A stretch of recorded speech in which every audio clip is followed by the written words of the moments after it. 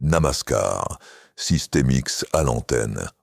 On va revenir sur le procès de Cédric Jubilard, qui donc aurait tué son épouse en 2020, Delphine. Car s'est déroulé son procès ces derniers jours. Et il a été condamné à 30 ans de prison pour le meurtre de son épouse.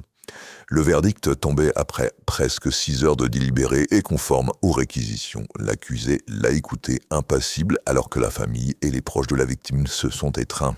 Les avocats de Cédric Jubilard ont fait savoir qu'il allait faire appel. Cédric Jubilard a été condamné à 30 ans de prison par la cour d'assises du Tarn pour le meurtre de son épouse. Delphine qui l'a nié durant tout son procès. La jeune femme de 33 ans avait disparu de son domicile à Cagnac-les-Mines dans la nuit du 15 au 16 décembre 2020. Ça va bientôt faire 5 ans. Son corps n'a pas été retrouvé.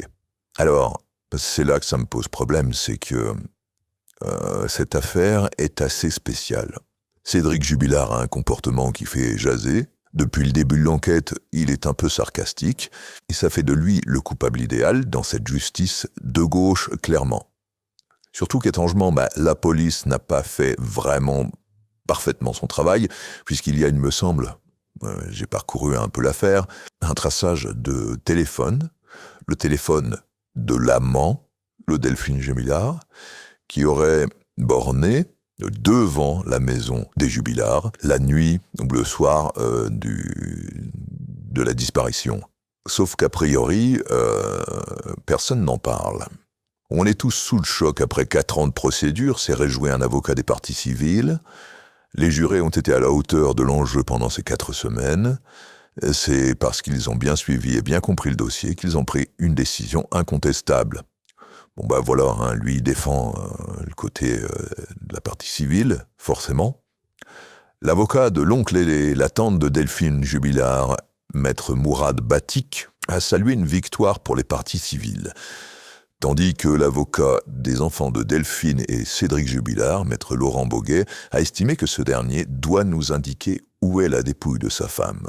Alors a priori, il l'aurait dit plusieurs fois, et à chaque fois qu'il a donné un lieu où il aurait caché le cadavre, il s'avère qu'il n'y avait rien. Alors soit il se fout de la gueule des gens et il les fait tourner en bourrique, soit il se fout malgré tout de la gueule des gens, tout en sachant qu'il est innocent. Bon, de toute façon, ils vont faire appel. Les avocats de Cédric Jubilard ont déclaré « ça a été violent, surtout pour notre client, mais nous respectons la décision, nous sommes déçus. Nous savions que quoi qu'il arrive, il allait y avoir un deuxième combat et nous allons nous remettre au travail pour préparer cet appel », a déclaré Maître Alexandre Martin. Invité vendredi matin à s'exprimer une dernière fois, comme le prévoit le code de procédure pénale, Cédric Jubilard a prononcé une seule phrase et déclaré n'avoir absolument rien fait à Delphine. Son avocate, Emmanuelle Franck, croit qu'il a dit une ultime phrase qui lui ressemble beaucoup, qui est assez spontanée, qui est assez simple et qui réunit l'ensemble de ce que cet homme essaie de dire depuis 4 ans et demi. Imaginez un petit peu qu'en fait, la nana, vu qu'il voulait se séparer et qu'elle avait un amant, elle se soit barrée et qu'elle ait refait sa vie. Car les gens, en France, peuvent disparaître. C'est autorisé. Imaginez un peu qu'elle soit dans un autre pays, comme l'a dit Cédric Jubilard d'ailleurs, dans une hypothèse. Quelle race posséderait cette femme de laisser son ex-mari avec ses enfants dans la merde? C'est une hypothèse. Après, autre hypothèse, tout simplement, l'amant. L'amant fait sa vie tranquille de son côté, en ayant tué Delphine Jubilard, pour diverses raisons, ça peut être n'importe quoi d'ailleurs, et il le laisse se démerder tout seul.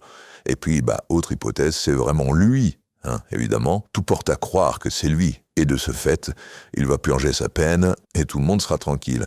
Mais le petit souci, c'est que on lui en veut à cet homme-là. Par exemple, il avait dit à l'un de ses meilleurs amis « Tu sais bien que c'est moi qui l'ai tué ».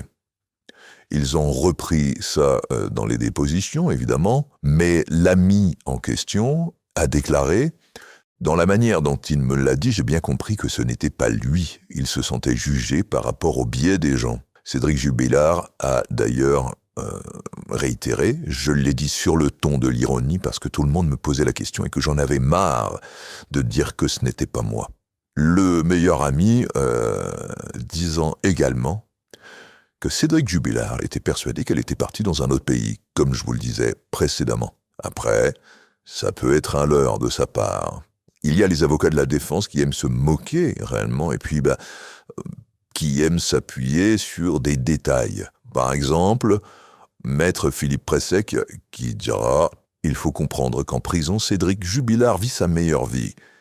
C'est quelqu'un qui n'a pas d'amis, qui est isolé, et depuis qu'il est en prison, il est le détenu le plus célèbre de France. Et il chope même plus de nanas que quand il était libre. C'est la belle vie pour lui. Mais ce style de comportement n'en fait pas un tueur. Ce n'est pas grâce à ça que vous pouvez prouver qu'il est coupable. Donc je trouve toutes ces déclarations assez inutiles dans les articles que l'on voit. Un autre procès aura lieu d'ici 2026. Nous verrons donc ce qu'il en est plus tard. En attendant, Cédric Jubilard, il est en tôle. C'est bien, ça rassure les familles. Mais j'ai tendance à penser qu'il reste tout de même une probabilité pour qu'il ne soit pas coupable. Alors je ne sais pas ce que vous en pensez vous, mais n'hésitez pas à vous manifester dans les commentaires. Et n'oubliez pas, vous ne vivez pas dans un monde de bisounours. Ciao.